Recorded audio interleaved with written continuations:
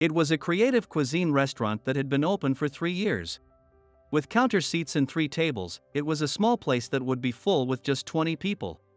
Despite being called creative cuisine, the dishes were more like homemade meals with a special touch from the owner.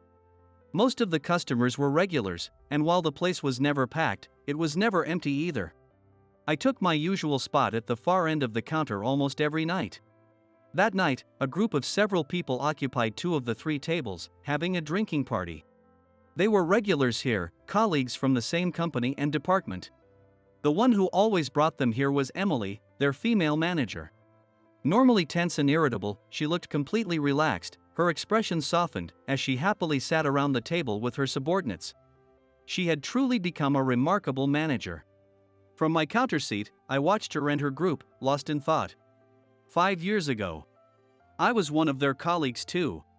I joined the company fresh out of college and had been there for over 15 years, an old but low-ranking employee. It wasn't out of spite, but I had zero interest in climbing the corporate ladder and was unmotivated about my work. As long as I did my job adequately, left on time, and earned enough to live comfortably, I was content. The company's main business was to develop and provide information systems based on client requests. Those who were motivated honed their skills and advanced their careers. As for me, I had no such ambition and therefore had limited job responsibilities. However, that didn't mean I was unserious. I was never late. Even with tasks as simple as a newbie's, I did what I was given.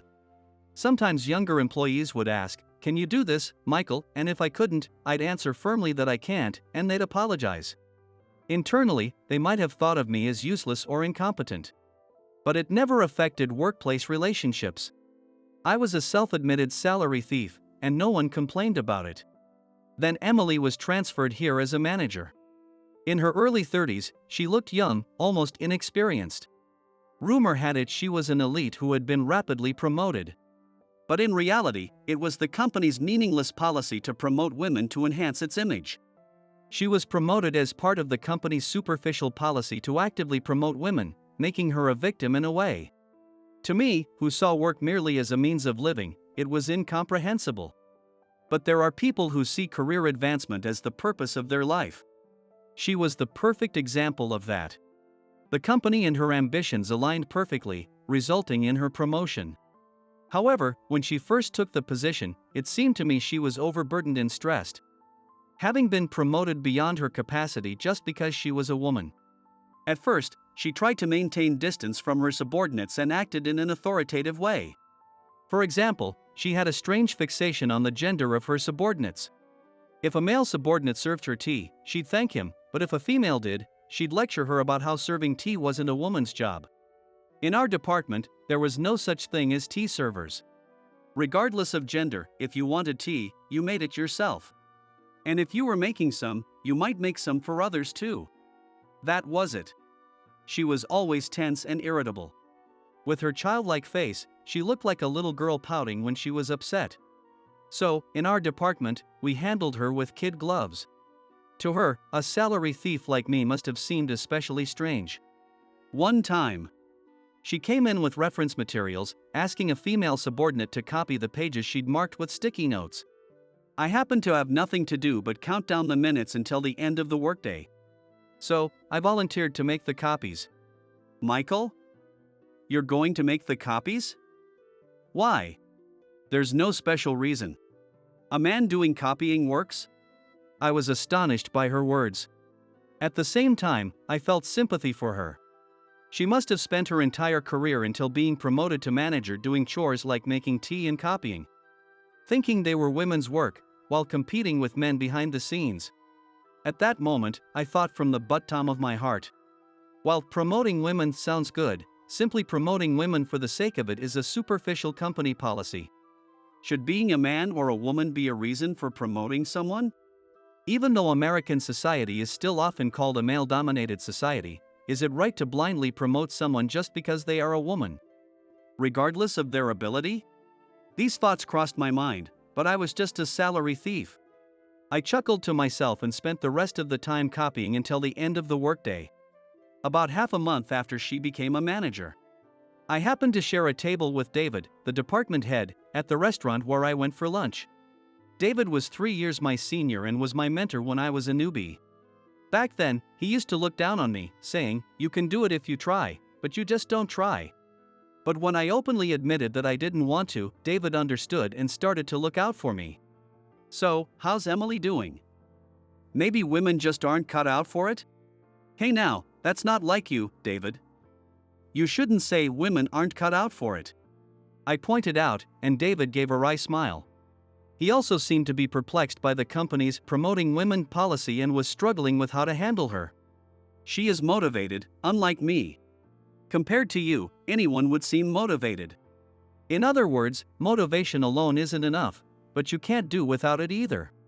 Even with motivation, if the skills aren't there, it just leads to spinning your wheels. In the end, it results in nothing but futile efforts. Promoting women is easy to say, but it's tough in practice.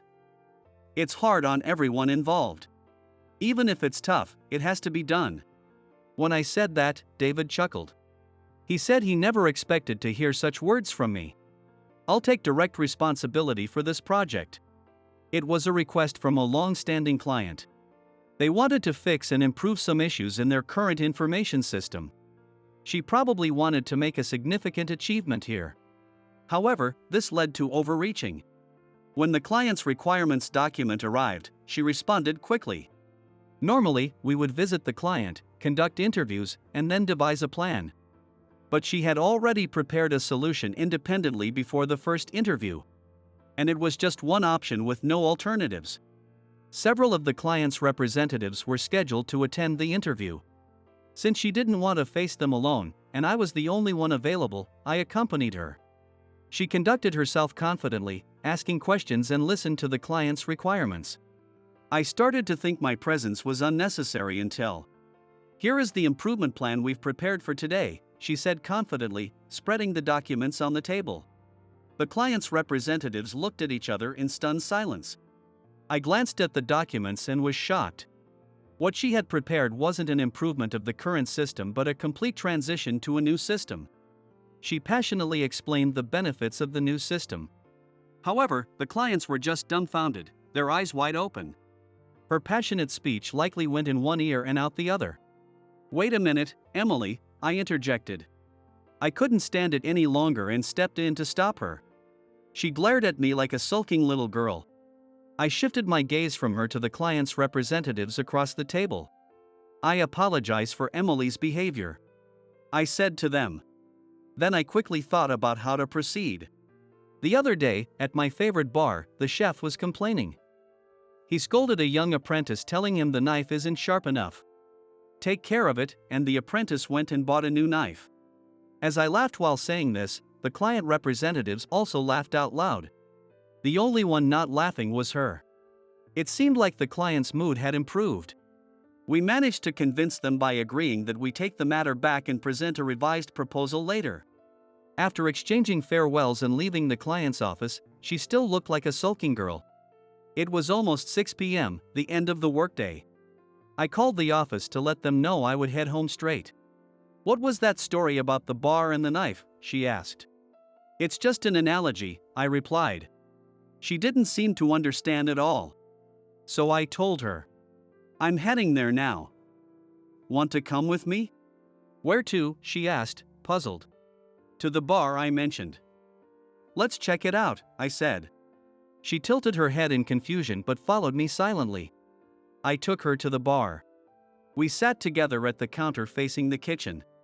"It's rare to see you with a woman," said Lisa, the familiar female chef. "See, this is the chef I was talking about," I said. "The chef is a woman?" I introduced her to Lisa as my boss and asked her to tell the knife story. "What was that story again?" Lisa asked, pretending to forget. "Come on, don't tell me you've already forgotten," I said, and started explaining it to her. It was just a few days ago. While I was drinking there, Lisa had complained to me with a frustrated look. She had scolded an apprentice for not sharpening a dull knife properly, but the apprentice had gone out and bought a new knife instead. "Yes, you mentioned that earlier," she said, still not getting it. "Sharpening a dull knife means to properly sharpen it, not to buy a new one," Lisa explained. "Oh, I see." She finally understood, I told her. Basically, today, Emily, you did the same thing. The client wanted the knife sharpened, but you tried to sell them a new knife. Isn't that right? I just proposed what I thought was best, as one option, she replied. But there were no options, were there? You just tried to push the new system on them. It was practically a hard sell, I said bluntly. The sulking girl fell silent and lowered her head. Hey, talking to your boss like that, is that okay? Lisa scolded me. You're right. I'm sorry, Emily, I said. It's fine. Maybe I was 10 years too early to be a manager. Gone was the sulking girl, now she looked like a lost, confused, and endearing young woman. Being suddenly promoted to manager must be tough for you too, Emily, I said. Suddenly, I felt sorry for her and spoke as if it wasn't her problem. She gave a small nod and began to share what she had probably kept bottled up inside for a long time. Since childhood, she had been constantly told by her parents and those around her that she was just a girl, and she had grown tired of hearing it. She was determined not to be bound by such an outdated way of thinking. After getting a job, she worked hard in her own way. But reality was harsher than she had imagined. Every day, she told herself that despite her abilities, she wasn't being recognized because she was a woman. Then the company suddenly introduced its policy of promoting women. Without hesitation, she raised her hand. However, once promoted to manager, she was rejected by male employees and resented by female employees. She sighed deeply and buried her face in her hands. Whether male or female, I had no interest in career advancement, so I couldn't fully grasp her struggle. Still, ignoring the client's needs like today isn't acceptable, I said. Yes. I regret that. She replied, dejected. I felt uncomfortable playing the role of a lecturer, something that didn't suit me. Then Lisa brought out an unusual dish. What the heck is this? I didn't order this. Of course not. You didn't order it. Just try it. It's a new menu prototype, Lisa said. For the next 3 days. She immersed herself in creating a revised proposal, barely taking a lunch break. She also began to seek advice and ask questions from her subordinates, whom she had previously kept at a distance using her managerial authority. It was no exaggeration to say she had transformed. She even made tea for herself and others. As a result, I was also roped into her work and ended up working overtime. Oh, you're working late again today? That's 3 days in a row. Have you found your work ethic? David told me so as he was leaving. What's so funny? I just want to get out of here and grab a drink, I replied. Talking to me like that, is that appropriate? He chided. The proposal she created was well received, and she successfully secured the contract. What impressed the client the most was her suggestion of optional features they hadn't even requested. Since then, despite being the manager, she often sought my advice. If I could help, I did so to the best of my ability. Then, one day, I was waiting for the end of the workday, thinking about having a drink at my usual bar. She stood in front of me, blocking my way. She said she had something to discuss. Right now? But it's time to go. Can't it wait until tomorrow? It's not directly work-related, so I'd prefer to discuss it after hours. Though it was a bother, I couldn't refuse her determined expression and agreed. She led me to an empty conference room. The setting sun cast a reddish glow through the windows. Closing the door, she spoke to me sincerely. She said she had improved communication with her subordinates. She was slowly gaining confidence as a manager. And then I started to feel bothered and frustrated by how you're underestimated by everyone, she said.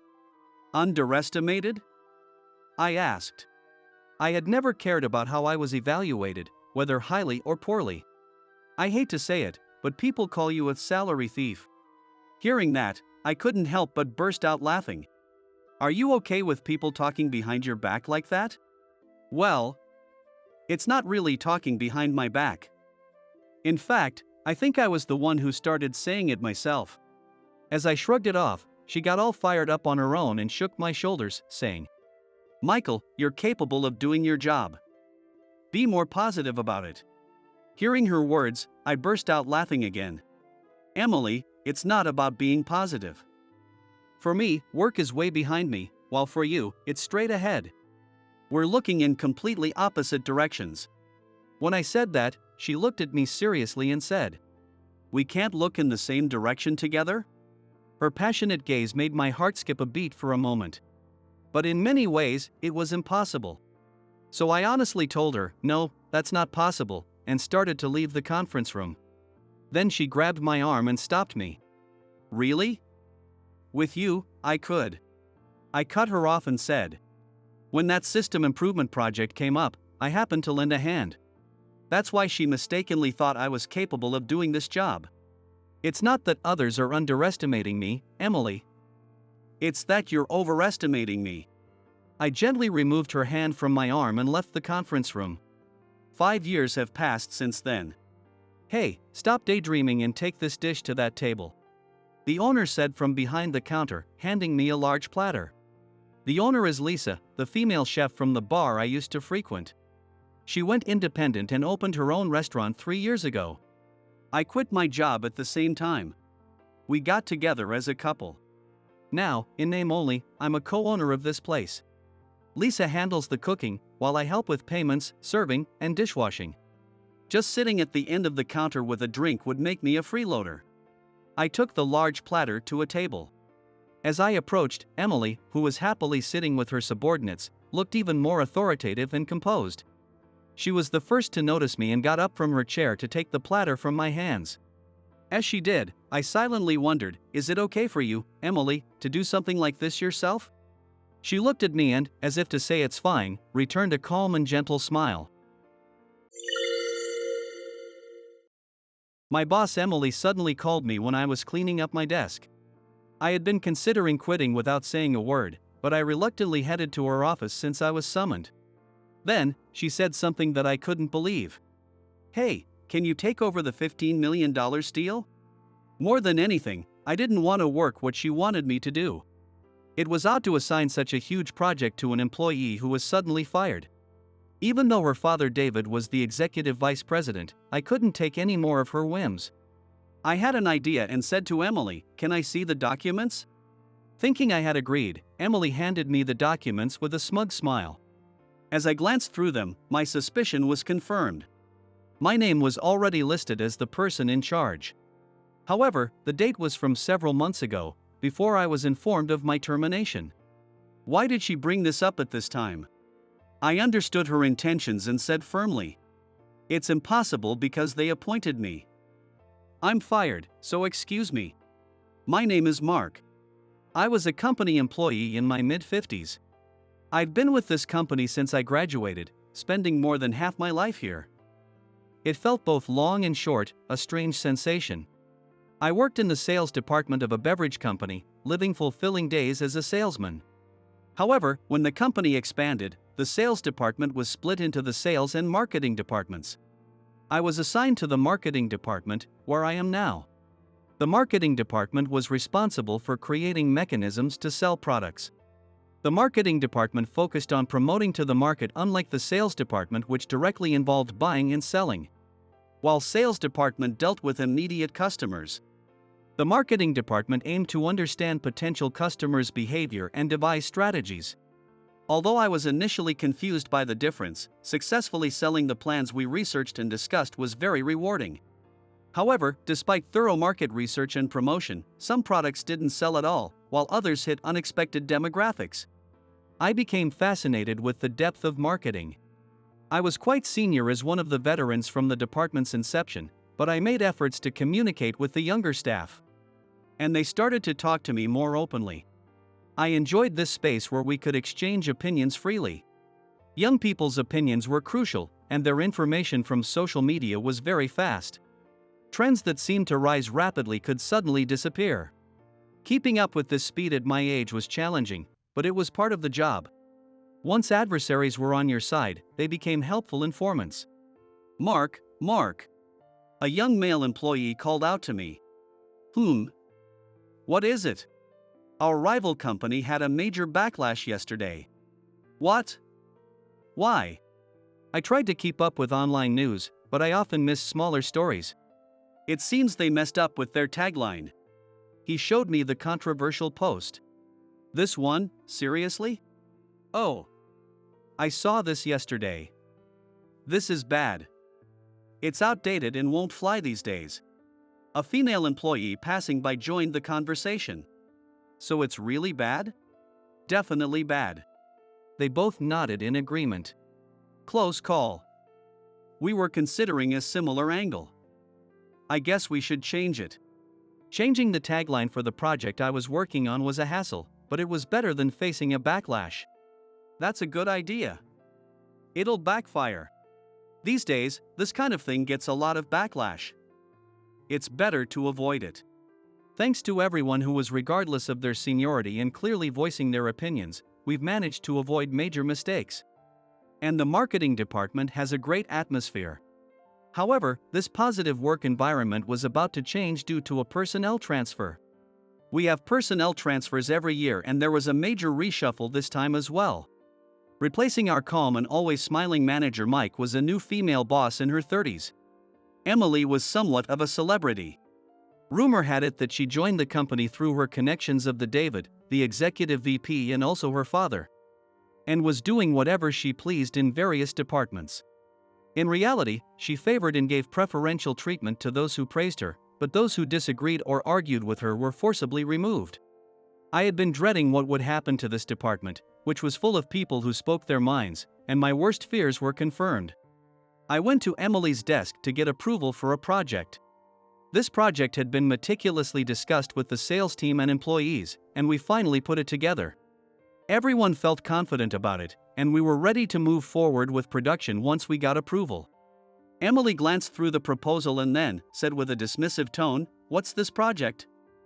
"It's terrible," and tossed the papers aside. "What exactly is wrong with it?" When I nervously pressed for details, Emily, perhaps seeing it as defiance, glared at me sharply. "What's wrong is wrong. Redo it." "But, could you tell me what specifically needs to be redone?" As I was confused and asked, Emily responded with cold words. "I said everything. This project is rejected." "Wait. Please, at least let us discuss the content a bit more." Ignoring my plea, Emily stood up and left. I told everyone about Emily's rejection, and we decided to hold a new planning meeting.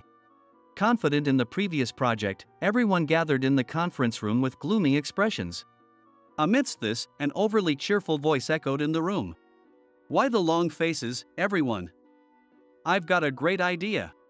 Her proposal was outrageous, questionable if any market research was done at all.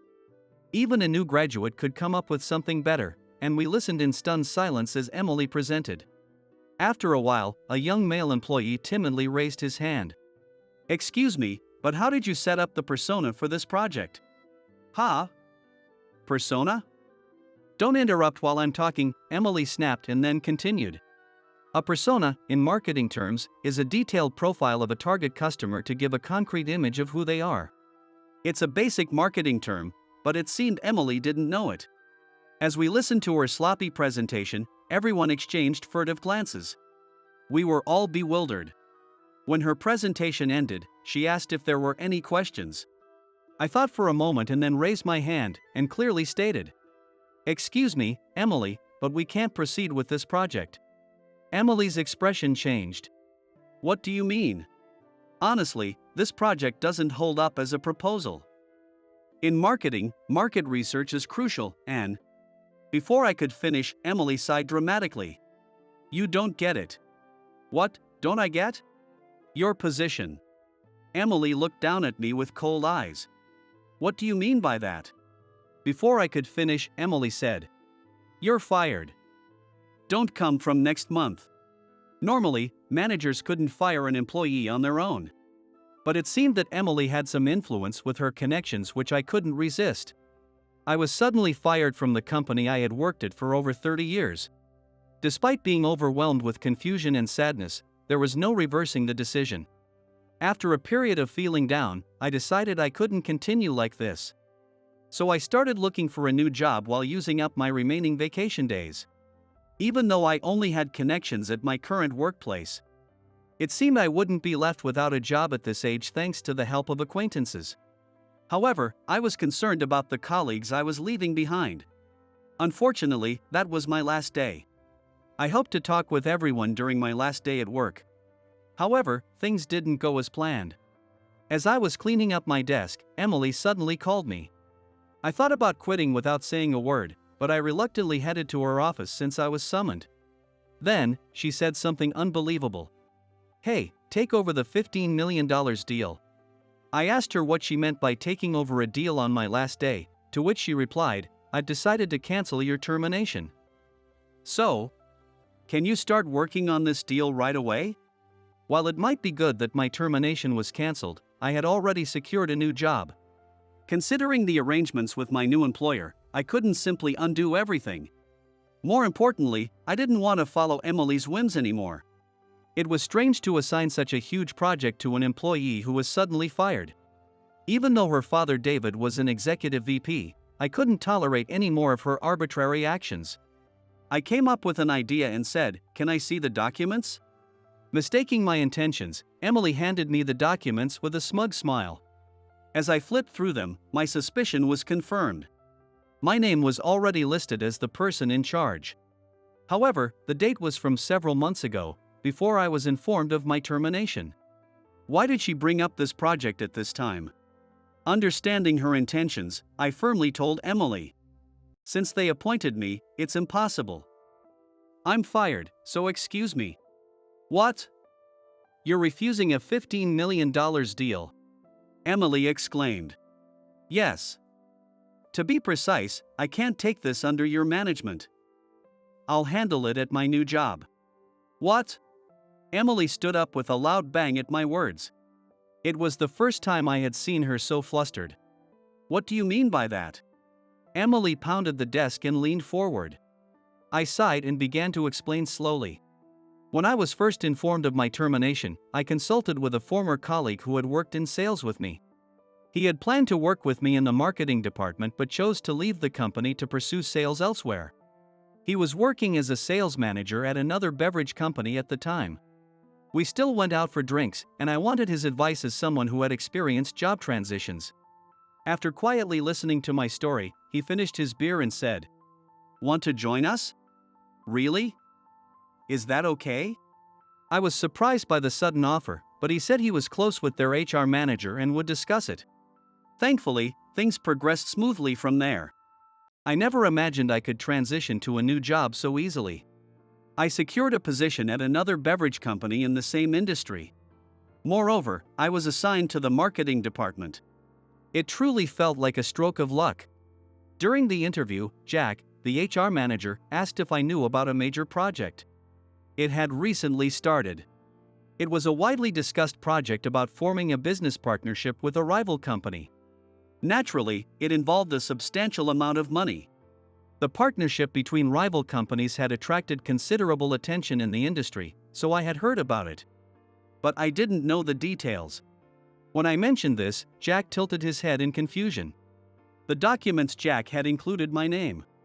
I was surprised and said there must be some mistake, but now I understood. This project had indeed come to our company. Emily had secretly tried to hijack a project originally assigned to me, and when it became too much for her, she tried to pass it off. It was bad enough she tried to steal it, but if she attempted it, she should have seen it through. I felt anger towards Emily's approach to her work. She must have bullied her way up to manager by intimidating others and taking credit for their work. Realizing the pettiness of Emily's methods, I sighed deeply once more. Emily had been listening and started trembling with anger and shouting, "Of course you can't refuse. You have to take this project. Even if you say that." Panicked that I wouldn't take the project, Emily turned to the other employees and said, "Hey, are you going to run away? If you leave, these guys will have to take over. Abandoning your colleagues makes you the worst." Well, having my colleagues, who had helped me so much, used as hostages left me speechless. But then, everyone turned their attention to a figure entering the office. There was a man in a well-tailored suit, exuding authority and presence. "That's enough, Emily." It was David. "Dad." Emily's eyes widened, and she took a step back. She must have never expected her father, the executive VP, to appear. "David." I couldn't hide my surprise either. Seeing David in the office was rare. It might have even been the first time he visited the marketing department. I had informed him today was my last day, but I never expected him to come. I'm sorry, Mark. It seems my daughter has caused trouble. David looked at me with an apologetic expression. No. I never expected you to come. I love my daughter, you see. I've turned a blind eye until now, but this time I couldn't ignore it. I don't know how to apologize enough to you. David looked down. Please, raise your head. Yes, Dad, why are you apologizing to someone like him? Emily's face was filled with fear and anxiety. Emily, you mustn't say someone like him. Mark and I have been colleagues in the sales department for a long time. David firmly rebuked Emily. David was my senior in the sales department, and we had a long history together. We rarely met since he became the executive VP, but he still invited me for drinks a few times a year. He had contacted me while I was on vacation, and I had told him about what had happened. But Dad, I'm his boss. If you think being a boss means you can do anything, you're gravely mistaken. David raised his voice, and Emily shrank back in fear. Emily, you've gone too far. You're an adult now. Even though you're my daughter, you'll have to face the consequences yourself. No. Dad, wait. I didn't do anything. Emily clung to her father with a pale face. I've been listening to your conversation with Mark from outside the room. It's unacceptable to decide someone's fate based on your whims. You're not suited for a leadership position. That's not true. I did well in my previous department too. Emily tried to defend herself with tears in her eyes.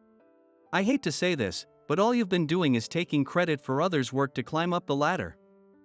That's not real work. Stop this childish behavior. That's cruel. It's not childish. I was doing my job properly. Ignoring Emily's tearful pleas, David turned his back on his daughter. I will report this matter to Mr. Smith. It's my fault for letting it go this far. Mark, I'm truly sorry for what happened.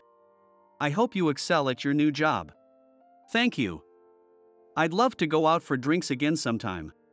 David smiled and left the marketing department, leaving a crying Emily behind. Not long after I resigned, Emily's fate was decided as well. She was demoted and transferred to a remote sales office. It was a clear case of being sidelined. David voluntarily offered to cut his executive compensation. The marketing team continued to work diligently, expressing their opinions freely in project meetings. They seemed to be satisfied with their new boss, and the tone of their occasional emails to me was cheerful. I hoped they would keep their sincerity and continue to have fulfilling days ahead.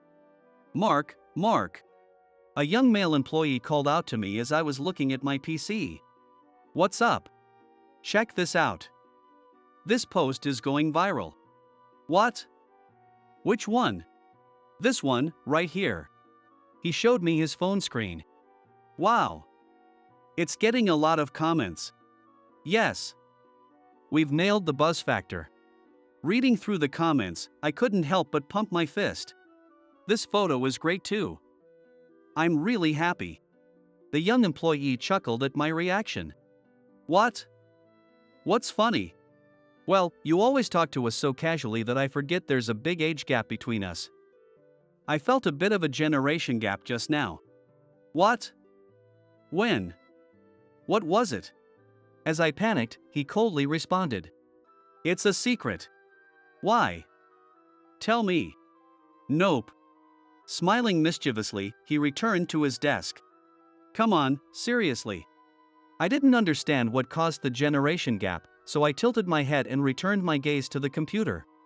A few months had passed since I started my new job. Even though it was the same industry and the same marketing department, the internal systems and methods were, of course, different. Learning new things at this age was challenging, but both young and veteran employees had started talking to me casually lately. Many people had strong opinions, and being able to work while challenging each other was immensely gratifying. The $15 million project was still ongoing. Ultimately, the project at my old company was taken over by a trusted colleague, which was a relief. Meeting up with him during meetings was always something to look forward to.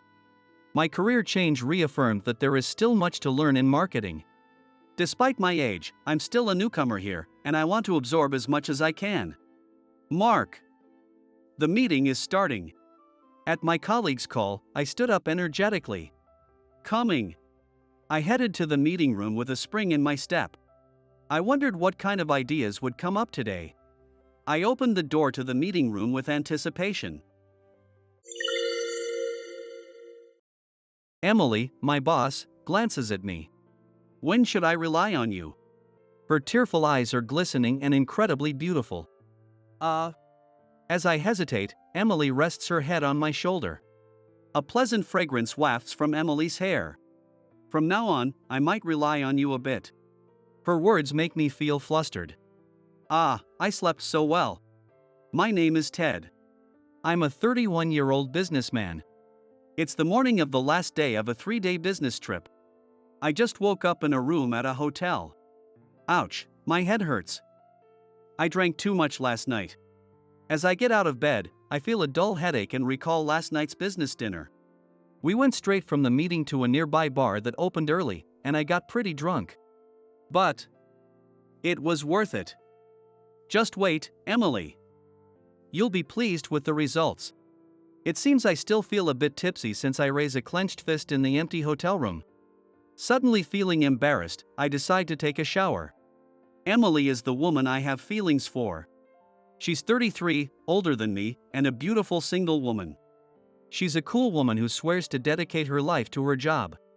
I often work with her as a sales team. I took a shower thoroughly. Today, we are invited to a wedding. The bride and groom are key contacts from a major client, and I heard a few of their colleagues were also invited.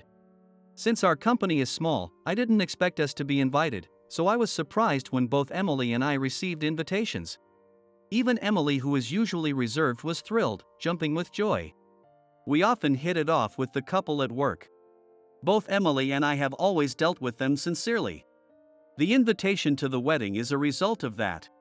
To make an even better impression, I need to dress neatly and head to the venue. From here to my home in New York, it's about an hour by train. I'll head home first to finish getting ready and then go to the venue. The wedding starts at 3 p.m. It's still 9 a.m. I have a train booked that leaves at 10. It's only a 5-minute walk from the hotel to the station, so I can take it easy a bit. I decide to contact Emily and look for my phone. My phone is always in my bag.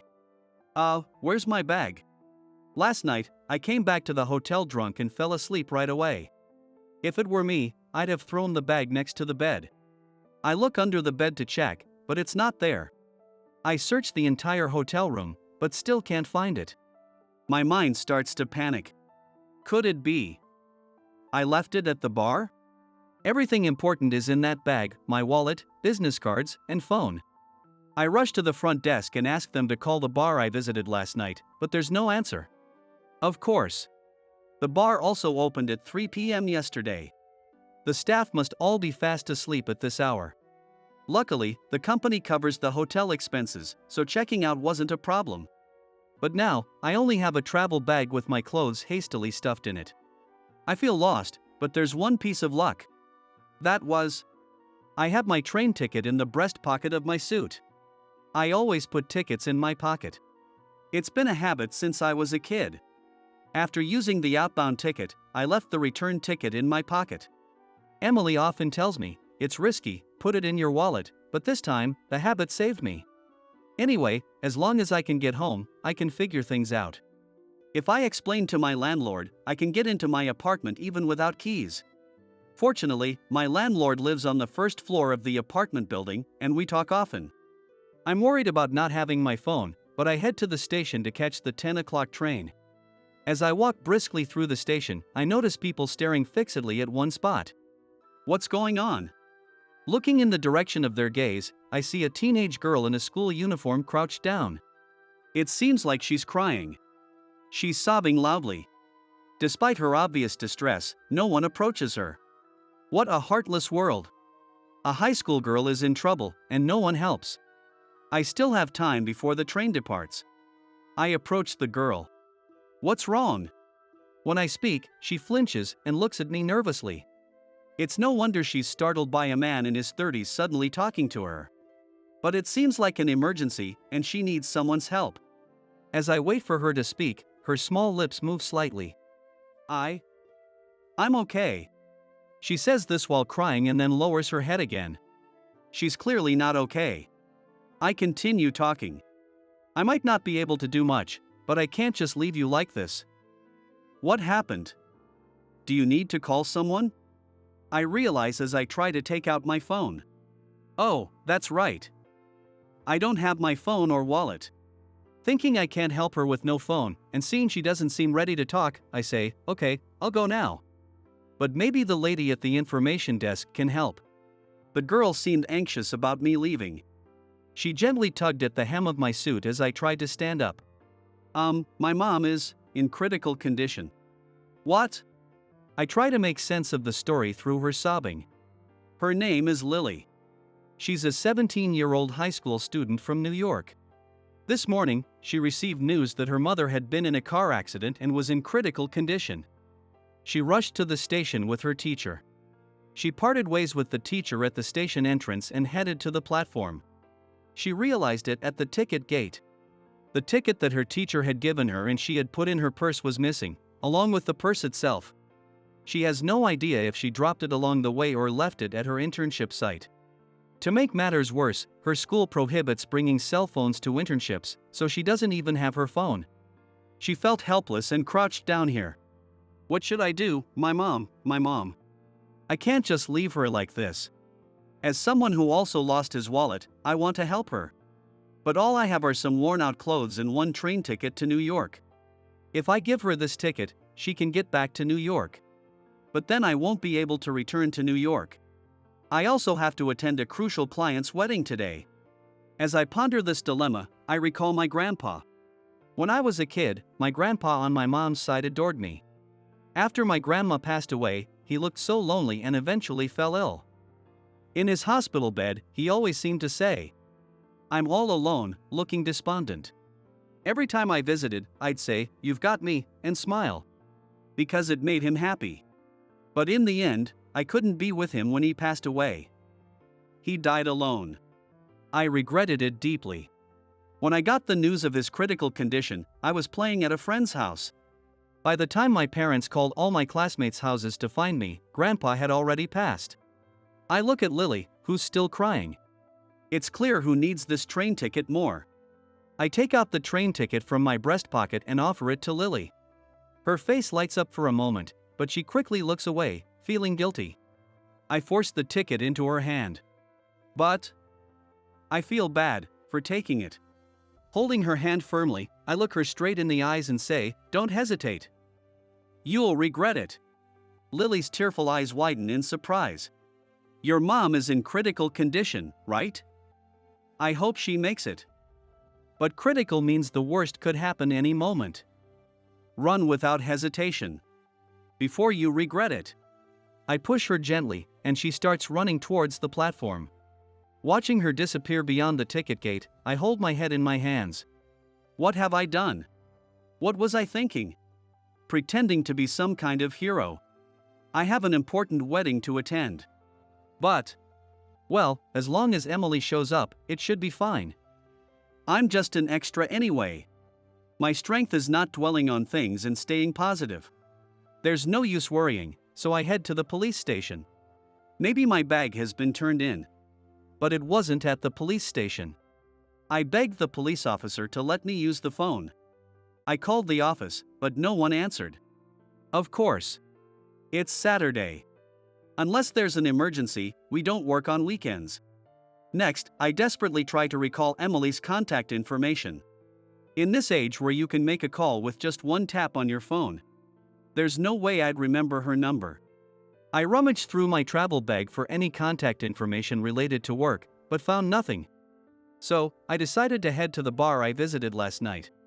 The bar opens at 3 p.m. If the staff arrives a couple of hours early, I might be able to grab the train, endure an hour's ride, and still make it to the 3 p.m. wedding. I anxiously waited for the staff to arrive, but even after 1 p.m., no one showed up. Growing more restless, I continued to wait, and finally, at 1:30 p.m., A staff member leisurely arrived, startled by my sudden rush. Fortunately, they had kept my bag behind the register. The staff member, who had served me last night, noticed my bag while cleaning up and tried to chase after me. But they couldn't find me. They apologized for the delay in noticing. I thanked the kind staff and dashed out of the bar. Looking at my phone, I saw a ton of missed calls from Emily. I called Emily while running. She answered before the first ring even finished. Before I could utter a word, Emily's angry voice pierced my ears. "What have you been doing all this time?" Stunned by the sudden yelling, my mind went blank. The wedding starts at 3 p.m.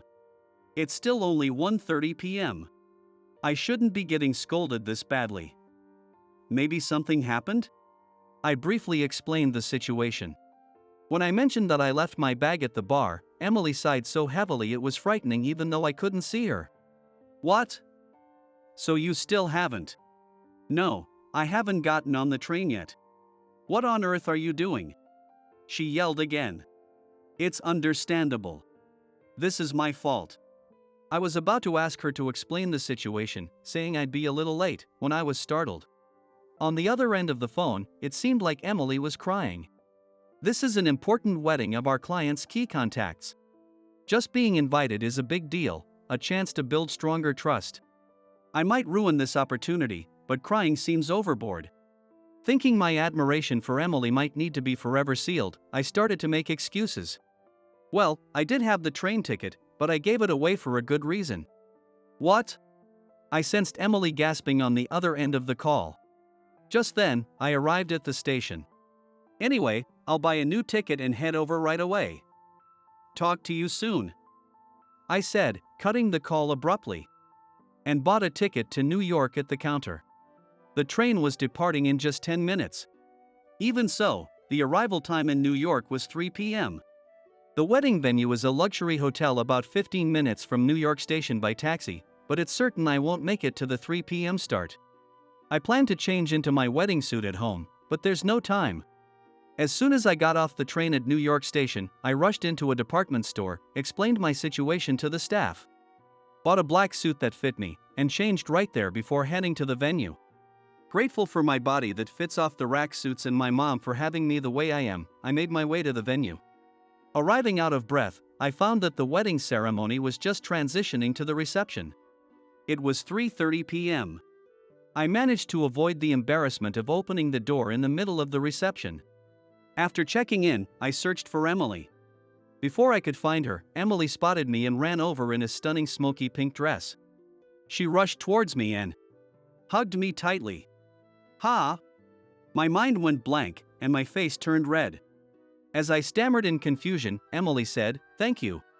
Though I didn't understand, I looked at her tear-filled eyes. "You helped Lily, didn't you?" The name sounded familiar, but my brain was still not functioning fully. "The high school girl you gave your train ticket to, she's my niece." "Look, this girl, right?" Emily showed me her phone. There, in what seemed to be a hospital room, was the girl I had given the ticket to just hours earlier, smiling faintly. The coincidence was overwhelming. But I was shocked at the same time. "Wait, so the critical condition you mentioned was?" Emily continued. "My sister, it was a tough situation." Emily had rushed to the hospital after hearing her sister was critically injured. Emily's parents had already passed away, and Lily's father, Emily's brother-in-law, had also died in an accident. After contacting Lily's teacher, Emily had been waiting for Lily while trying to reach me. There was no way she could attend the wedding in this state. That's why she wanted me to take her place at the wedding. But I had left my phone and all my belongings at the bar, and her calls went unanswered. Lily arrived at the hospital around 11:30 a.m. That's when they found out she had lost her purse and couldn't board the train. Emily was surprised and asked, "How did you get back?" Lily, with tearful eyes, said, "A stranger gave me his ticket. When you called, it was already time to leave for the wedding if we were to make it. I finally got in touch with you. And though I hoped you'd handle the wedding alone, you said you'd be late." I yelled out of frustration and worry. "I'm sorry." Emily apologized to me. I accepted her apology. Wait a minute. I realized something shocking. So, your sister is still in critical condition, and Lily is alone with her? When I said this, Emily nodded yes, holding back tears.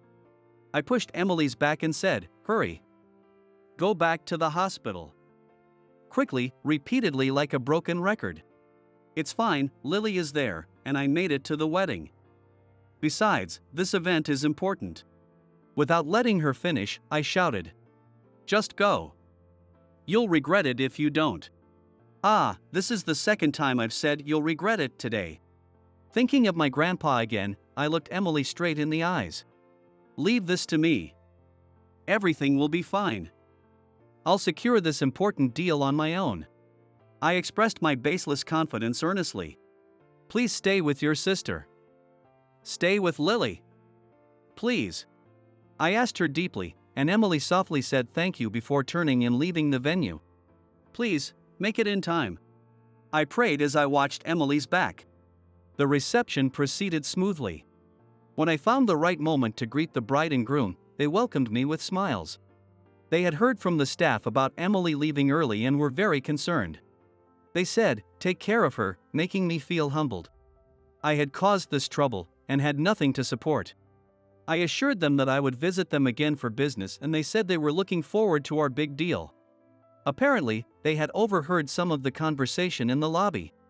Feeling a bit embarrassed and knowing others were waiting to greet the bride and groom, I quickly left their table.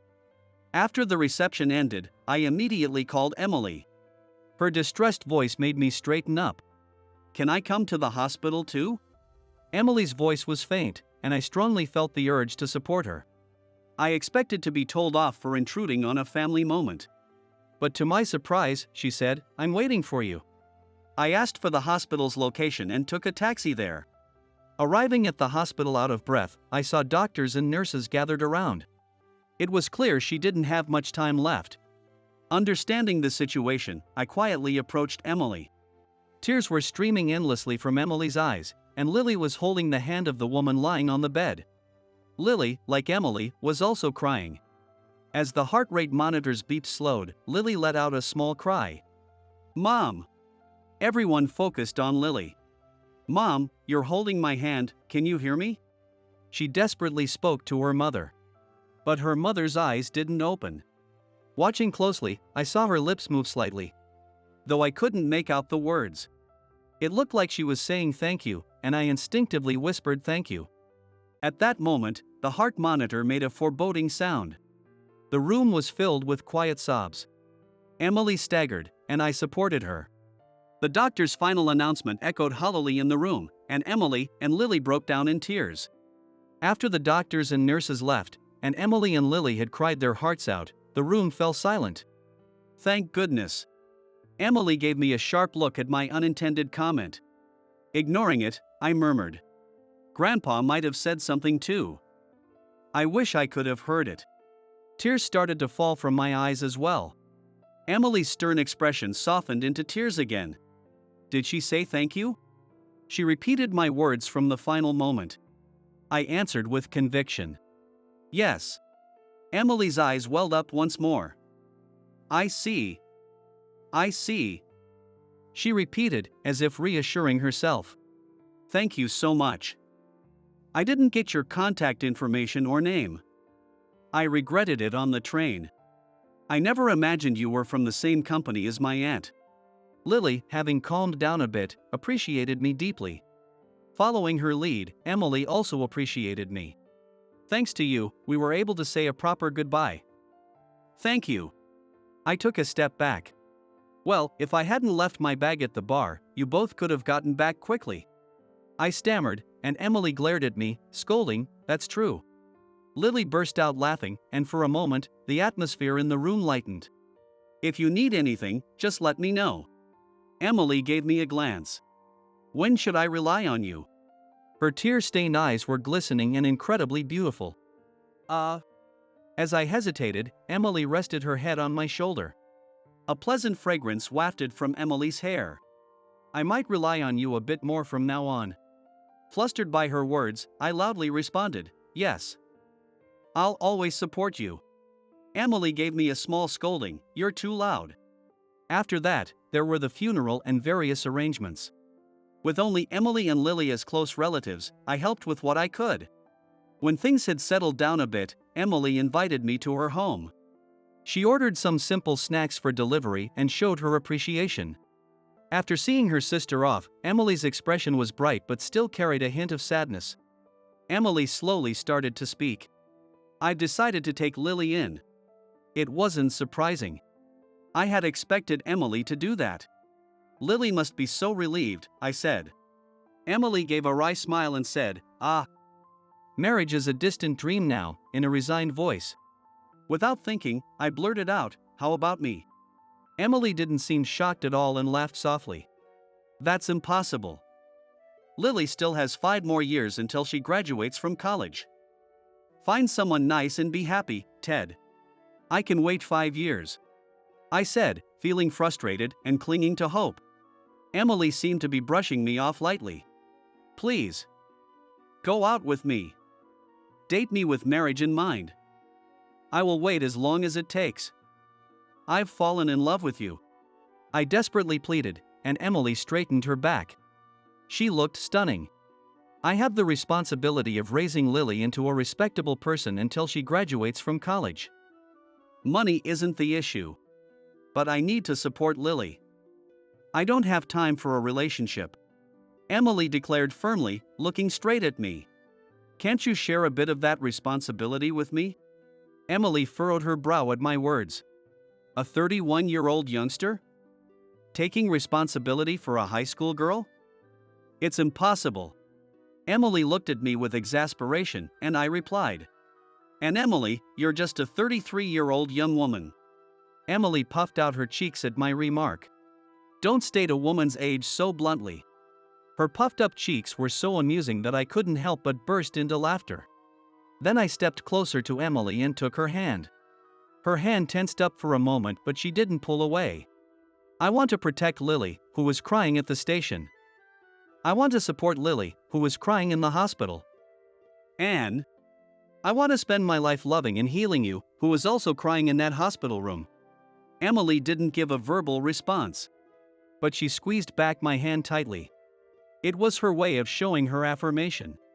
5 years later, Emily and I got married. We had just finished the wedding ceremony and were now at the reception. It was a small, intimate venue. To ensure Emily didn't feel self-conscious about not having many relatives, we kept the guest list to mainly friends. We even invited the couple from the client who had invited us to their wedding 5 years ago. They attended with their 2 small children, smiling. Emily left her seat first for an outfit change. As I watched her leave, Lily came up to our table. She recently graduated college, and she's been busy as a first-year police officer. She had just returned from the police academy.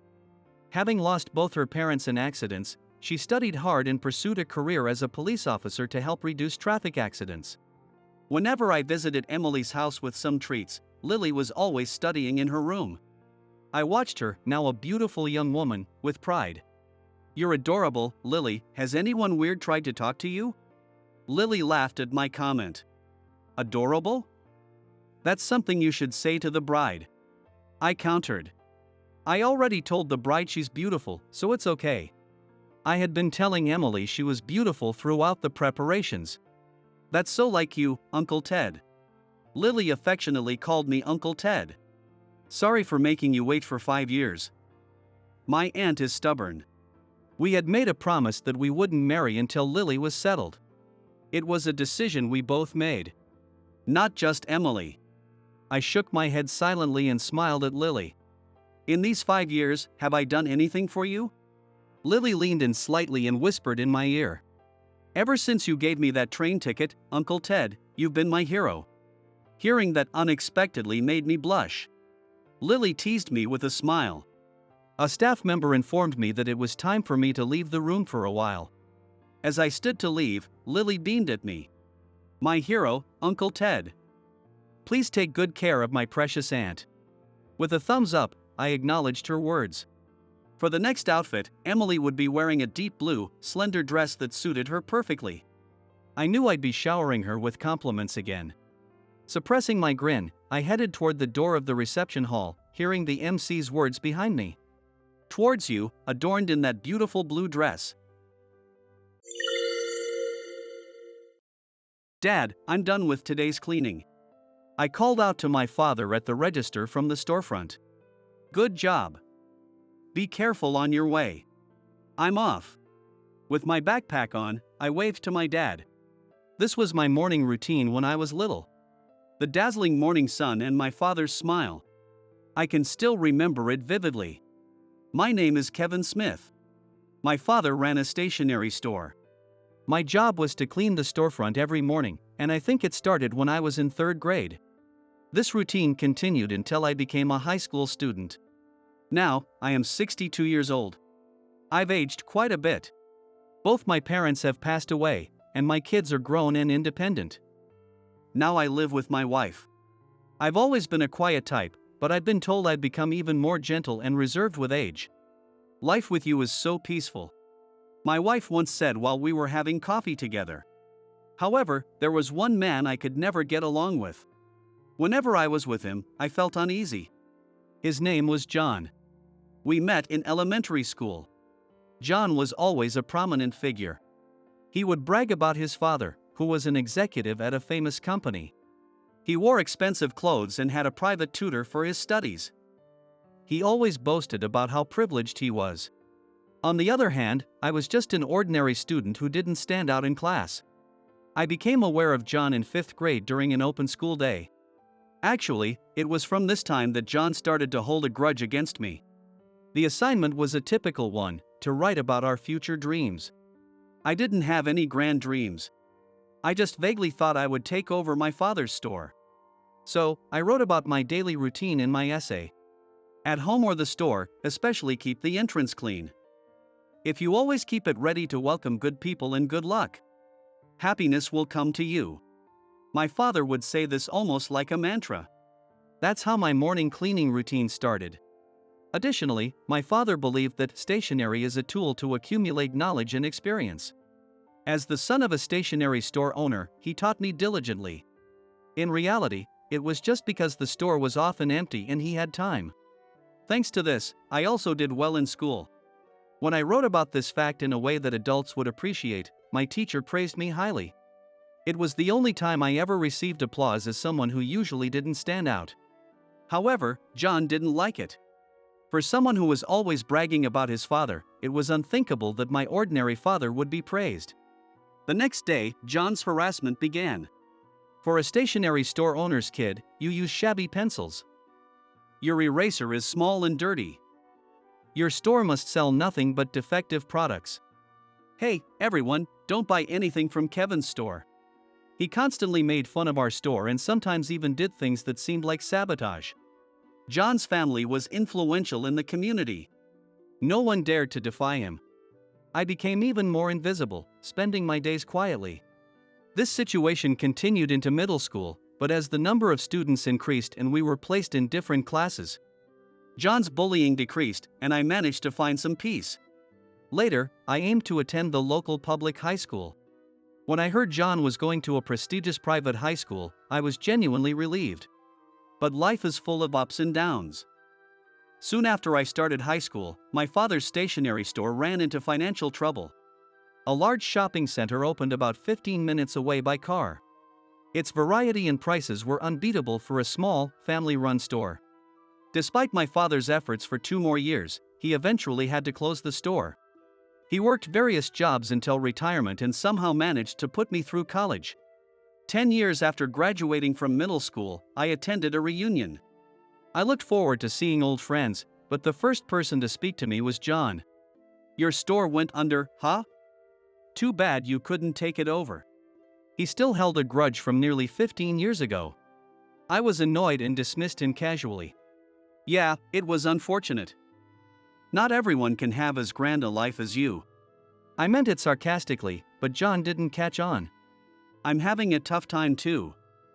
I joined my dad's company, but people say I'm only there because of him. But I just landed a big contract and shut them up. He was still a talkative braggart. His father was now a senior executive at a chemical company. Eventually, I'll have to take over. It's a lot of pressure. I sighed quietly. Good luck with that. You too. But I guess all you can manage is cleaning the store. With that, John laughed loudly and walked away. Despite the reunion, I felt gloomy. I took a sip of beer and rejoined my friends. 40 years passed. I never saw John again. Yet, my memories of him remained vivid. He left a strong impression. That's probably why. We were well past our 60th year, yet after decades apart, we immediately recognized each other. One afternoon, I was meticulously cleaning the floor of a building entrance. It had been raining since morning, and the floor was covered in water droplets. By the afternoon, the rain intensified, accompanied by thunder. Suddenly, two men rushed into the entrance. "Couldn't you at least get a taxi?" An elderly man shouted at a man in his 40s. He then shook his soaking wet umbrella, spraying water everywhere. "Hey, you! Clean this up," the older man ordered me. As soon as our eyes met, we both stopped in our tracks. "You? Kevin?" "John." The man I could never forget stood in front of me. He approached me with a smirk. He looked me up and down in my work uniform.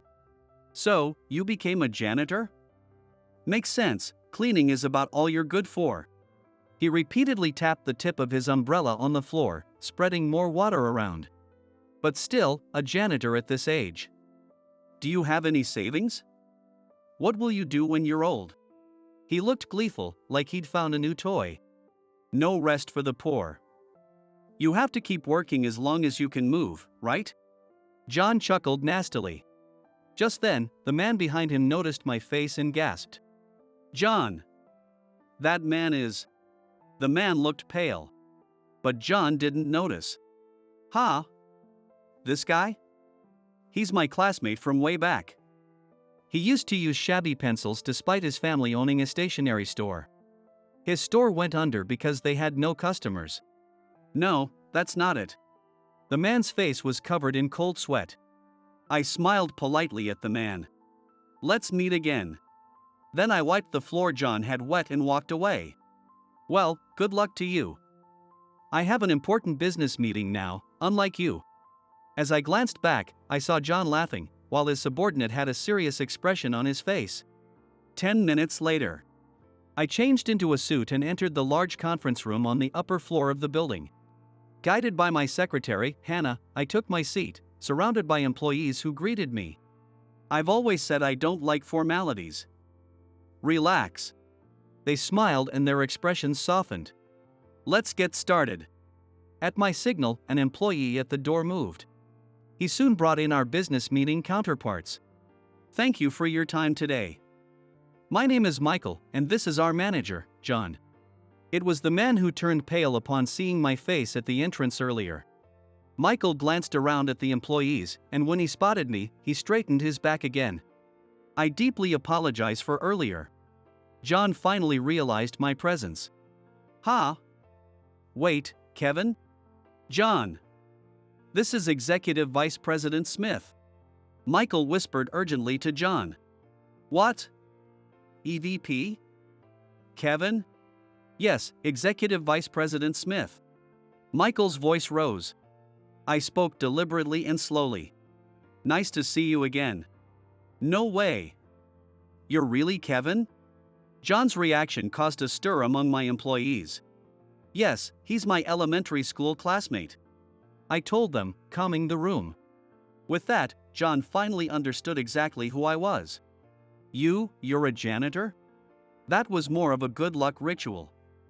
I always do it before a new deal, hoping for a good connection.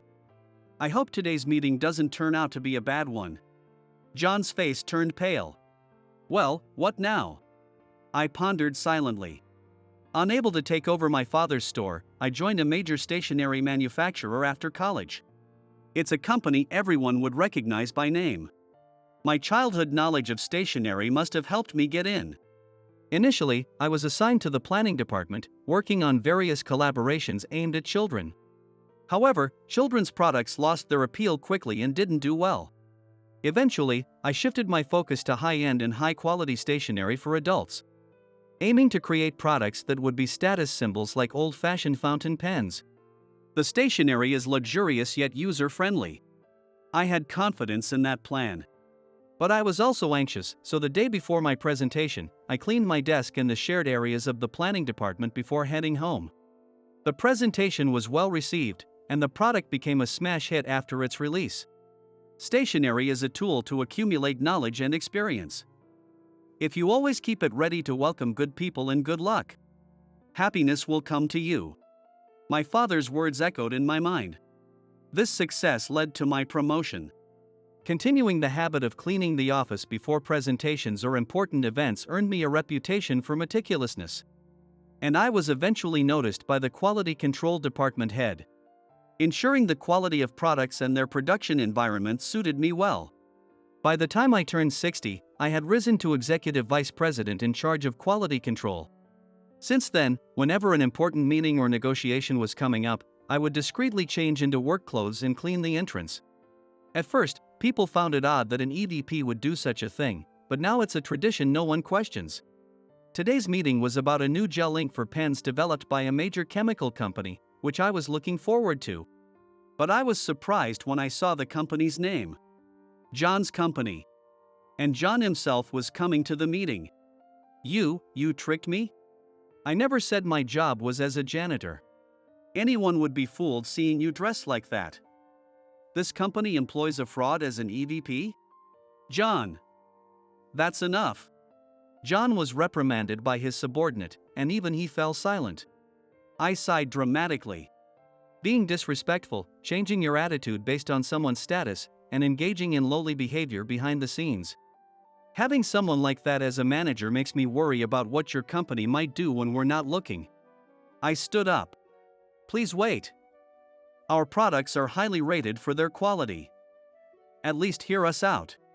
I looked directly at John, my voice firm. Then please review your internal management and come back. I am very interested in your products. With that, I left the conference room.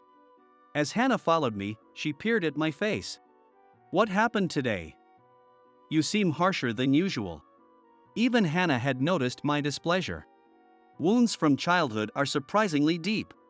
I looked up at the ceiling as we walked down the hallway. I don't know what discussions took place at John's company afterward. I only heard that John was demoted and stripped of his title. Sometime later, while I was working in my office as usual, the intercom rang. Yes? There's someone here without an appointment requesting to see you. Who is it? He says his name is John, the receptionist informed me. I thought for a few seconds and then replied, tell him to wait at the entrance. I changed into my work clothes and headed downstairs as usual. John was sitting hunched over on a lobby chair. He rushed toward me as soon as he saw me. Kevin. Please. You have to make the deal with us. If you don't, I'll get fired. Irritated by his lack of an apology, I motioned for him to follow me. Come with me. I led him to the janitor's room and handed him a new uniform and a mop. First, clean the floor you dirted. But it's already clean. That's not the point. It's about the principle. Reluctantly, he changed clothes and headed back to the entrance. Just try cleaning the floor from one end to the other without thinking about anything else.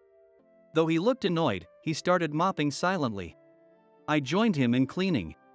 After a while, John began to talk about the past. Your dad was a good man. Mine was strict.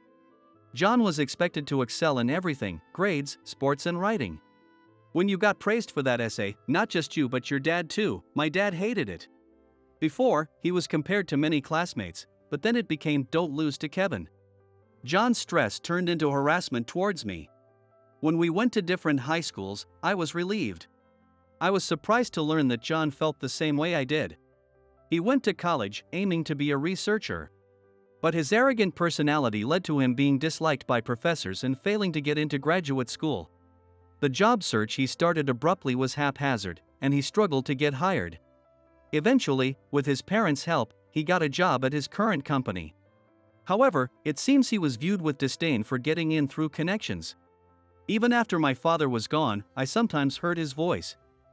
I was always being pushed by something. He had been obsessed with climbing the corporate ladder to surpass his father. But he never got past being a manager. He knew he was not well liked in the company. When I saw you in the center of the conference room, something snapped inside me. I lost all motivation. But I also stopped hearing my father's voice. John seemed somewhat relieved. By the time we finished talking, we had cleaned the floor twice over. Looking at the now gleaming floor, John smiled with satisfaction. Working out isn't so bad once in a while. We have a janitor position open if you're interested. You're joking, right? After more than 50 years. I saw John's genuine smile for the first time. John changed back into his suit and said, "I'm leaving for today," before walking away. Back in my office, I spoke to Hannah. Call the company about the gel ink deal. Tell them Kevin will reconsider. Understood. Hannah smiled softly. Looks like you're back to your usual self, Mr. Smith. From then on, John started coming to clean our entrance about once a month. You should be doing this at your own company. I can't. The employees who resent me would just make the floor dirtier out of spite. John said with a surprisingly fresh look on his face. We are still 62. We've got a lot ahead of us. He added, a line I never expected to hear from him. I couldn't help but burst out laughing. We laughed together, gripping our mops tighter.